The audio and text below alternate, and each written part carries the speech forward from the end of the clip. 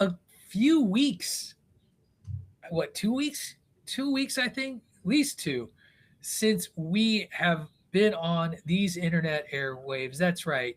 Patrick O'Dowd, David Ungar, finally back to do a little four quarters podcasting. And boy, has it been a busy couple of weeks since we've been gone. Uh, I just today, Dave, I made an executive decision. Ooh. We're not going to do the commercial break nonsense that we talk about all the time. Like, I'm sure a commercial will get inserted when we make the podcast up, but I'm not going to do the like big prolonged pause. All I'm going to do, because Yeah. we're only 30 minutes. We're a 30-minute podcast. Like, we could tack that bad boy on at the end for all I care. But what I will Right. say is that we are David Ungar, Patrick O'Dowd. Welcome everybody into the Four Corners Podcast. The Four Corners Podcast is a part of the newly revamped Chairshot Radio Network over at the newly revamped chairshot.com, where we remind you to always use your head. Check out our updated website. We have been doing a lot of great work there, celebrating Pride Month.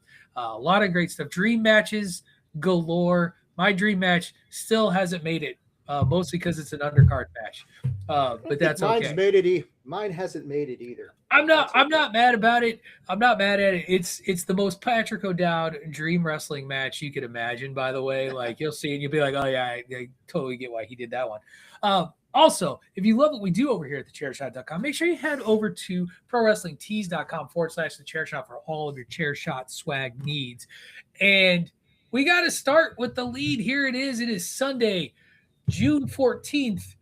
New York is smoldering this morning after Yeah. the New York Knickerbockers win it in five. And I got to start by publicly apologizing to Dave, who declared the series pretty much done when the Knicks went up 2-0 on the Spurs. And I was like, nah, Ken, I Ken, don't believe it. I don't believe it. But Dave, here we are. Knicks are the NBA champs, first time in over 50 years. yeah. Can we read the text exchange we had during Game 4? Because it's really good, and I think it Well, yeah, encapsulated. because because and everybody, I'm sure if you're listening to this podcast, you of course know the Knicks mount an amazing 29-point comeback on the Spurs, a combination resilient comeback victory slash epic choke job by the Spurs. And I texted you and was like, not so fast, Yeah, because the Spurs had gotten game, they'd finally gotten a game under their I, belt. I've got it Deflated pulled up. Madison Square Garden. Deflated Madison Square Garden, and then are just mollywhopping, 70 plus points in the first half. And Yeah, I texted you. I What did I text you? Go so ahead and you read it. texted me, said, so about your whole the Knicks are going to win whole thing statement from Saturday, and my response was, yeah, they look like the Wizards tonight, and your response was brilliant. Said that's an insult to the Wizards. That's how bad this was in the first They were half. terrible. They were absolutely terrible. And And yeah, Uh, go ahead. and I said, yeah, I don't know how they have fallen apart so thoroughly. And you said the Knicks are more focused on doling out fouls and letting the Spurs Wemby get in their heads, and the Spurs are completely comfortable. 13 3-pointers doesn't hurt. Everything was falling. And you said Right. that's what I mean. The Spurs are feeling no pressure and are confident every shot is going to fall. And then you blamed it on Taylor Swift, which was cute. It was a And joke. it was. And then stuff starts changing a little bit. And I think like as we're watching the game, and I saw something today that the Knicks were projected, like the Spurs were projected to score like 150 points in game 4 at halftime because of Right. just, they set a record for 3-pointers and a half. Everything was falling. The Knicks couldn't get anything to fall. It looks like this is done. And I was like, maybe the Knicks can still pull this series out, but yeah, this is definitely going to be tied. And then they started, and I texted you, I said, chipping away. And because I think the Knicks had got it like down back Right. below 20 points. And you're like, okay. And then you said, oh, drama. And then things got very interesting around because they were within 15 points going into the fourth quarter. And you're like, well, as long as the Spurs don't completely fall apart, this one's pretty much done. And then the Spurs did a funny thing on the way to this collapse. They decided that they only wanted to shoot 3-pointers instead of going with, Right. and it was just dumb because they couldn't make anything. And then the Knicks kept chipping away and they kept chipping away. And we started commenting to you're like, holy shit, this game is drunk. And that was right about the time that Hart had missed that layup where he was in between. Should I dunk it? Should I lay it up? That would have given the Knicks the lead. Ultimately, it doesn't matter because OG Anunoby hits that unbelievable shot. That Right. That's the thing is through all of this, right? You're going through this comeback, and the Spurs still all you got to do, all I you don't know got to do. why Tony, why don't you get your ass in here? No, I mean, don't or no. he's watching. He's let him watch golf. He's gonna He's watching relax. Spider. He's watching Spider Noir. No, what he's doing is he's keeping tabs on us to know when he can Ah, actually jump into the show that's for the smart. show that we record afterwards. That's clever to quote Jurassic Park. Clever girl. But Um, he's very right about no, 100%. Dallas And, got and fleeced on this one. Jalen Brunson, by the way, notched legendary 40 plus points, 45. I want to say he like 45 in 45. game 5. Like he was not having it. And I remember so I watched both game 4 and game 5 in bars, like Yeah. every respectable man should. All right. I was post bowling. I was hanging In out at a between sports bar karaoke. for Yeah. well, yeah, karaoke was going on in the background. I'm watching this blowout. I'm texting you, and your text about chipping away actually came as I was on my way home because I was actually trying to be like a relatively responsible adult who gets up at 5:30 every morning to go to work. And so I get home at around 10:30, 10:45, and I flip on this game. I'm like, you know what? I might as well see if they complete the comeback. And then, a few oh my gods and holy shits later, we're watching Taylor Swift jump up and down with Mariska Haggerty, and you got Ben Stiller, you got Jerry Seinfeld standing next to Larry David, both of them being like, "What? I'm lost, and I don't know what to do with my hands." I That was mean, just a crazy thing. He needed a puffy we've shirt. I cer- loved whoever made the puffy shirt meme of Jerry we Seinfeld have at the Knicks game, by the way. right. We've certainly seen better games from start to finish than that one. I mean, like tight games that were tight the whole way through and just really intense the whole way. But I've never seen a game like that turned And like that. That right. Well, and I after that victory, I texted you straight up and was like, "How do you come back from this?" And you're like, "I don't think they can." And last night as yeah. I'm watching that game and the Spurs are again, they're up double digits. They're playing well. They're at home. And give them There's credit, they played a much smarter fourth quarter last night than they did in game 4. Much right. smarter. But there's two guys that are regulars at the bar that I'll go to on for Friday and Saturday night like karaoke, same sports bar. Their names are Lewis and Nestor. And I go up to Lewis and Nestor. They're like the Statler and Waldorf of the bar as it is. But I go up to them and I just look at Lewis. Lewis is a very well known local high school baseball coach, sports fan. And I'm just like, can the Spurs close a game? Like they're leading now. Will they be able to close this out in the fourth quarter? He looked at me dead in the eyes like, nope, they Nope. don't have it. And when you blow, like the Spurs led by double digits at some point every Every single game. game of this series and only held Yeah. on to win one. And they were lucky to hold on to Barely. win that one. Because again, Yes. the Knicks made a run, made a comeback. And I'm watching this and one comeback, okay, something fluky things happen, right? But to get to the second, third, suddenly coaching and youth and inexperience and coaching inexperience really comes to play because the Spurs got out Right. fucking coached. They You did. got out coached, and the Spurs just it's that feeling of holy shit, here we go again. They have this league and they did not know how to handle or stop a run. And again, I'm going to say his name multiple times. Jalen Brunson was a force in these playoffs, and he refused to let the To Knicks lose. go down at all. Like Well, he willed them to victory. I see a lot of people talking about how happy they are for Carl Anthony Towns today. Fuck he that didn't do noise. shit. Jalen Brunson deserves all of the parades, all of Yep. it. That dude Yep. was a beast. Let's Eh, let's let's be honest. Last night's game was Jalen Brunson. He scored 45 of the Knicks points. The rest of the team scored like 49. Right. Nobody showed up other than him. Anunoby was largely absent. Karl Anthony Towns was in foul trouble the entire game. Right. Alvarado missed some shots. Shamed missed some shots. Some of these other guys, Hart hit a couple of key shots down the stretch. But on the other side, you got to point the finger at De'Aaron Fox. 3 for 15 in a elimination game at home. And it's like, Why? man. And this is the other thing. De'Aaron Fox wears a lot. Because De'Aaron Fox also, let's not forget, tried to make the layup to go up 3 and gets blocked instead of dribbling out in game 4 and at least getting fouled. Like, at least take the foul. And, that I don't know.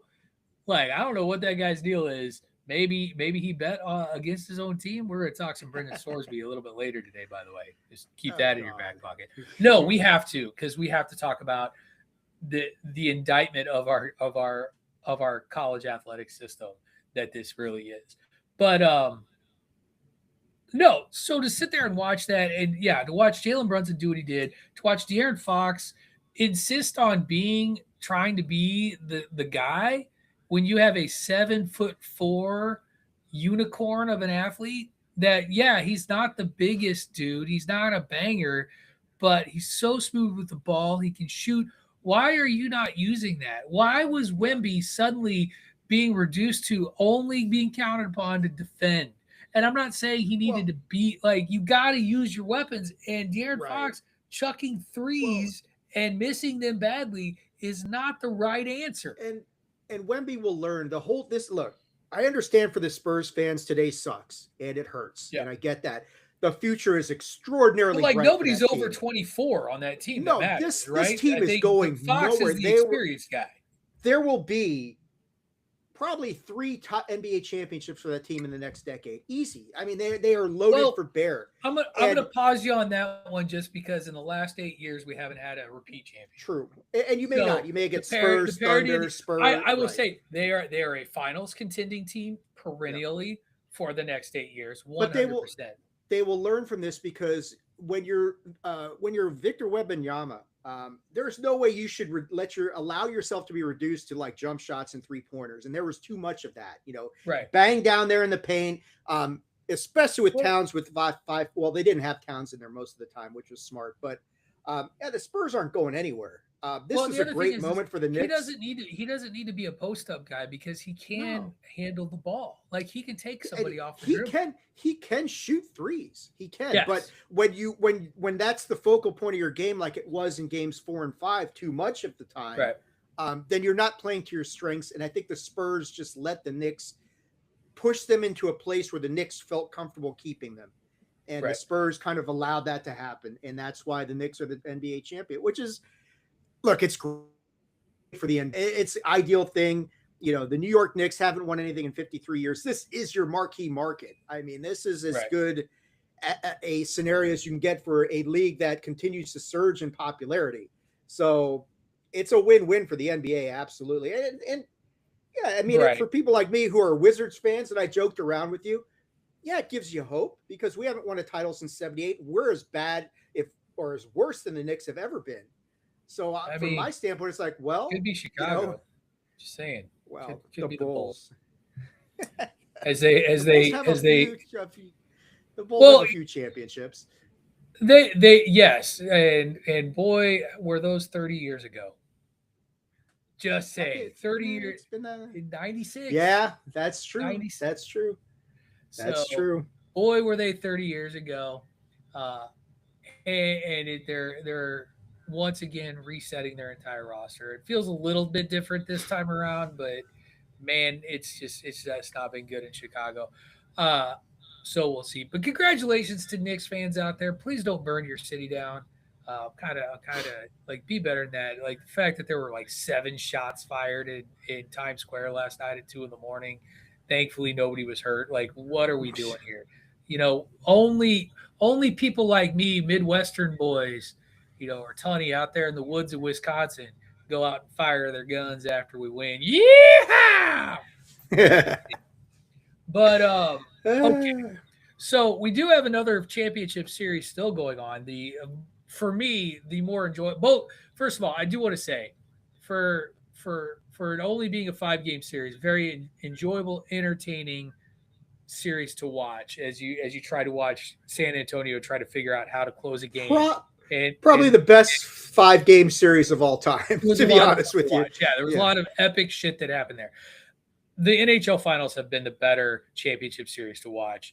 The last game, game 5, was kind of the first time that we had an actual what I would call dud. Not even really a dud of a game, but really a game where Carolina sort of took the bull by the horns and controlled that game. Vegas, in my opinion, in game 5, Vegas never really had a shot to win that game. Like Carolina came out, Yeah. jumped on them early, got up a couple of goals before Vegas finally got on the board, but it just never felt like Vegas got any sort of real rhythm until that late push in the third when it was a little too late. I do think it is time for Vegas to take a long, hard look and make a decision about who their goalie is tonight because we are, and I'm gonna mess up his name. I can't remember what is it like what's the goalie's name for Carter Vegas? Hart. Carter Carter Hart. Hart. He's given up at least 4 goals every single game, and you can't have that at this point. Like you just can't. Like you're, Oh. and some of it is his own team's doing. Like the game winner in game 4 and the 3-3 tie. That was a complete defensive breakdown by Vegas. Uh, like there's no way that a guy should be sprawling to throw a puck in and get it through when you have 4 of your players down around a loose puck, and you don't like you can't corral that and it sort of squirts out. Like you got to be better than that. But Well, Hart's been yeah, a problem. and you raise a really good point because you look at what Carolina has done. They switched to Bussy, I think is his name, Brandon Bussy, yeah, BUSSI. which seemed like just they put him in at the beginning of what was it, the game that Carolina rallied Game from 2. 4 goals down. No, Yeah, it was game. game It was 3. game. It was game It was 3. game Yeah, 3 where because yeah, Vegas put Vegas up won. 4-0. They Right, were and then they won it. cruising. Right, They and held on. I don't know if Freddie Anderson is hurt because I think he must be because he wasn't even dressed for the last game. I think they're protecting him. I think Yeah, they're protecting him by having Bussy take over in his Bussy's debut, his playoff Bussy's debut. Like, yeah, he's been the man. But I think you raised a good point where you've got Carter Hart who has struggled, and you've got Aiden Hill who's a Stanley Cup. When Vegas won the Stanley Cup, it was Aiden Hill in goal, and he's sitting there. And I think you're right. I don't know if you make the switch or if you see how Hart responds if he gives up an early goal or something. well, you don't You have got to time. make the You switch. don't have time. You Yeah, lose. I You're mean done. it's an elimination game. Yeah, it's an Right. elimination You game. lose. You're done. I would Vegas start. didn't. I would start 8. Yeah, Vegas did not help themselves in Game 5 by all the penalties, especially the double minor that really sucked any momentum that they could have built Right. You're when the trying game to was make still a comeback. close. Right. You're trying Yeah. to make a comeback. You kill, and not only the double minor, but there was the penalty kill where immediately after Vegas kills that 2-minute minor, they get another one. And then Carolina turned around and scored on the second one. And I remember Yeah. at one point, the other thing that's been unreal, and the reason why I think Carolina is going to close this series out tonight is their penalty kill is obscene. It looks like they have 6 guys on the ice in the penalty kill. Yeah, They really get to the puck. They are not letting Vegas establish anything. No cycling. The forecheck can't get to work. They have been phenomenal, I think Carolina closes it out tonight. I think they're going to close I it out tonight. We're going to be talking about it next week. I think I'm with you on this one. And that's not to say Vegas can't win because they certainly can, but Oh, I absolutely. think Carolina has really started to impose their will a bit more on Vegas than the other way around. And Vegas is like I think Carolina took them a couple games to figure out how to play Vegas. And for the first few games, Vegas was the better counter punching team as they've been the whole playoffs. Carolina has flipped that script, and now they're the ones who are really the better counter punching team. That they're not going balls out like they were in the first few games. They're kind of waiting back, picking their moments, letting Vegas do a few things, and Carolina pounces on them. And you've got all the players from Carolina starting to contribute. Aho scoring, Right. Svechnikov, all those Well, guys. and So to flip that, Jack Eichel, where the fuck are you? Jack Right. Eichel is a I think he has what major, yeah, he's got like what an assist on the season on the series. yeah. Something like he has Eichel's not scored a Eichel's goal. missing. He is Marner's been missing since he had Marner's the been hat missing. trick in Yep. Game 3. Yep. Mark Stone hasn't done anything. Well, and who's their leading scorer from the playoffs? He finally scored a couple the other day. I can't remember his name. I'm Oh, I terrible. for yeah. It's I, like a really it's an interesting name. Like anyway, it's irrelevant. The point is that like Vegas's top two lines have not been getting the job done. They haven't, and and they've got to come through tonight. So right, you are in front of your home team, your home crowd. Vegas, like that arena is going to be rocking. I I'm not saying that they can't win. I just it has started to feel like this is one of those. Somebody once asked me why so many sporting events play 7 games in a series, and this is why. Because over time, the better team starts to really take control and manage it, right, and I feel like I saw that in Game 5. Like I I'm really with felt you. like I'm Carolina with you. started to play its game, started to figure it out, and Brindamore is just such a good coach. He's a great coach. Like you're saying, the other thing that Carolina's power play has struggled in the playoffs a bit. That's not the case anymore. No, They're not on fire. yeah, And if they, I mean, that's key. Vegas got to get goaltending. I'm like looking online, seeing a lot of people are in your camp, Pat, that they got to start Aiden Hill. you I have to. agree. You have to at You this have point. you at this You point. got to Hart, take a chance. like yeah, Hart. You can't. One, Vegas needs to score first and second. Yeah, You gotta score first and second. right. And I don't And think it's Hart okay gives you the for best chance to have that. No, it's okay for Vegas to copy what Carolina did because it's worked for them. I mean, other than a fluky goal in double overtime of Game 3, Bussy's been tremendous. Right. So Especially like down the stretch in Game 5, he made a couple of really good saves. But I'm agreeing with you. I would start Aiden Hill. They got to get up 1 or 2 goals early and then just clamp down with that defense because they right. can. So this will be great when Vegas wins tonight, and this clip will then play on social media showing how wrong we were. I want to talk about one other sporting event that happened yesterday that was really, really exciting. Exciting for me personally as a bowling fan. So I'm gonna share. I'm gonna talk PBA yesterday because yesterday was the PBA World Championships. They take place up in Detroit. They take place up in Michigan, in Detroit, Michigan, and basically the top 10 bowlers of the season compete in this step ladder tournament. And you've heard me talk all bowling season about EJ Tackett. He's my favorite bowler, love him. He has won this event 3 years running going into yesterday. He won a fourth yesterday. But and that was the story because that now qualifies him to it makes him eligible to win player of the year.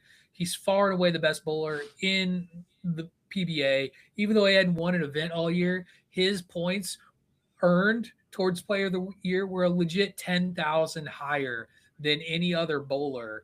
He had cashed out more than anybody else. He's been on TV more than anybody else. He just hadn't won a tournament. And this was a full circle moment for EJ because he had a chance to win the US Open back in February, needed a strike, got 9 pins, and unfortunately that cost him the US Open. However, I do want to talk about Zach Wilkins. So Zach Wilkins is the guy who finished as the runner-up in this tournament and lost to EJ in one of the most gut-wrenching ways possible. And I'm going to get to that in a minute. Zach Wilkins actually, the World Championships is actually 2 tournaments. There is the final step ladder, where EJ Tackett, number 1 seed, is sitting and waiting. But they do a tournament before that to determine who the 5th bowler is to make it into that tournament. And they seed it from 10 to 6. Zach Wilkins was seeded 8th. So the 9 and 10 bowlers bowled. I can't remember who won that one, but Zach Williams from the 8th position climbed that ladder to make it to the second half of this tournament. Bear in mind, you're bowling these games all in one day. He then proceeds to go through one of the most ridiculous gauntlets within the first bracket. He beat Jason Belmonte, one of the most known bowlers in the world, the original two-hander, the man who created all, one of the best bowlers in the world. Uh, Beat Jason Belmonte to advance into this top bracket. And then he only proceeds to go through future Hall of Famer Chris Prather, current Hall of Famer Bill O'Neill, future future Hall of Famer Chris Vi, to then take on EJ Tackett, where EJ has an opportunity to make it difficult for Kyle Wilkins to win this tournament by turkeying out, getting 3 strikes in the 10th frame. He does not. He leaves like he knocks down 19 pins to where Wilkins just needs a strike and 6 pins to win the game. The first ball for a guy, he had dug deep throughout this whole tournament. First ball, he leaves a 4-9 split. And for those of you who don't know, 4 is up in the second row. The 9 is on the left side. The 9 is on the right side. It is a makeable split, but it is a challenging split. He needed to make that split and get 6 pins to beat Tackett. Did not get the split. It was I've never watched a run like that in a bowling tournament. Like, it's just a guy to come from that far to bowl 7 games, and then and it's just, you feel for the guy. And Zach Wilkins was literally the hottest bowler in the PBA over the last month and a half as it was. He'd won a couple of tournaments. He won a doubles tournament. He's been amazing. And EJ, it really felt like this was going to be the season of EJ coming close and not getting that major. And when he left the door open for Wilkins in the 10th, and the shot looks good. Like, I have it recorded. I watched it a couple of times after watching it live. Shot looked good. It goes in there, and ball got a little bit behind the head pin and left a weird split. And that is why I enjoy watching bowling, and that is why I enjoy the sport of bowling, because it really is a game that turns on a dime. Yeah. And that's beautiful. It's a beautiful game. Beautiful game. So, sorry, that's my last sports topic of the day. I'm just kidding. I don't want to talk about Brendan Sorsby. He should not be playing. But for a judge in Texas helping the old football team, the dude bet on his own team over 40 times, Dave, to lose. He bet on his team to lose. Yeah, even as an attorney, it's mind-numbing, and oh my goodness, is this smack of bias on the part of the judge? Yeah, and I don't get it. Like, now the judge didn't go to Texas Tech; he went to the University of Houston. But come on, and then how do you grant injunctive relief? Because I heard it, and I'm just like, sad. What the? He's gonna be sad if he can't play football because he bet on it. Poor Brendan. Give him a fucking blanket. Because here's the thing. Every game that Texas Tech plays now, no matter what, every interception he throws, if he fumbles the ball, if he takes a bad sack, the question is going to be, was that legit? Dude, okay, let's take another step. If you're the coach of Texas Tech, do you even think about having him as your starter or putting him in a game? Oh, they're backing the shit out of this guy. Like, really? They've made statements. They've done roundtables. The coach literally is trying to get us to believe that playing football will help him heal from his gambling addiction. Somewhere he right now, against his own team. Somewhere in the cosmos, Pete Rose is saying, "The fuck are they talking about?" Which is the thing that's crazy to me. We were think about how far we've come from Pete Rose, right? We've gone from that was like this unforgivable crime. 8 men out is all about players throwing games for business interests. Shoeless Joe Jackson, and here we are today. A judge, clearly a judge doing what's right for Texas Tech, puts him in. And that's insane to me. And so, there you go. All right, folks. We'll get to prove that we are not completely insensitive to the World Cup is going on. United States U.S. looked good the other night. I mean, an own goal in the first 10 minutes really helps. But but they could, again, you were talking, they kind of controlled the game. They really did. They played their game. That last goal, the 20 pass goal that was set up, that was kind of awesome. It was a lot of fun. Shout out to some of these other teams. Hey, Shout out to like Qatar tying Brazil, like or that. Morocco. Morocco tied Brazil. Oh, is it Morocco? What did Yeah, Qatar do? Qatar they tied Switzerland. Qatar That's right. tied Qatar Switzerland. tied Switzerland. Morocco tied Brazil. But Which like Brazil, that's unheard of. Canada for the first time ever did not lose in a World Cup game. They got a tie. Good for them. Scotland got a win for the first time since like 1998. Shout out to the Scots. And they were playing. Weren't they playing like Haiti or something though? No, they were playing. Who cares? They played Haiti. All I know is that there's a really funny meme floating around right now of the bagpiper that was in the crowd, and somebody's like, "Bartender's got to take off the bottle cap on my water, but this guy can bring in bagpipes." The fuck, like funny stuff. All right, it is. We're at the 30-minute mark, going on. There is. We're going to talk some more World Cup later. We'll be talking about a Stanley Cup champion next week. It's Flag Day. Flag Day is kind of the point where your baseball team kind of is what it is, where I'm realizing that nobody's catching the Brewers in the Central, but my Cardinals aren't as bad as I thought they were going to be, and it's really fucking with my head because like this is a rebuild year. And we're not supposed to be being like, who can we trade to help the team? Who can we get to be the Nationals are nowhere near as bad as I thought. They're in the hunt for the wild card. The Orioles are kind of playing better. So it's a strange. Lots going on, and everybody still hates the Dodgers. So before we get out of here, Dave, tell everybody where to find you on the socials and on the Chairshot Radio Network. Well, the best thing to do is go to attitudeofaggression.com and check me out over there. That's the easiest way to interact with me. There you go. It's right there. Look at that. Go there. And that is the best way to interact with me right now. I would say, or the YouTube channel, the Attitude of Aggression's YouTube channel. It's the best way to interact with me at this point in time. Well, and you can follow me on the social medias at Wrestling Realist, at WRESTLNGREALIST.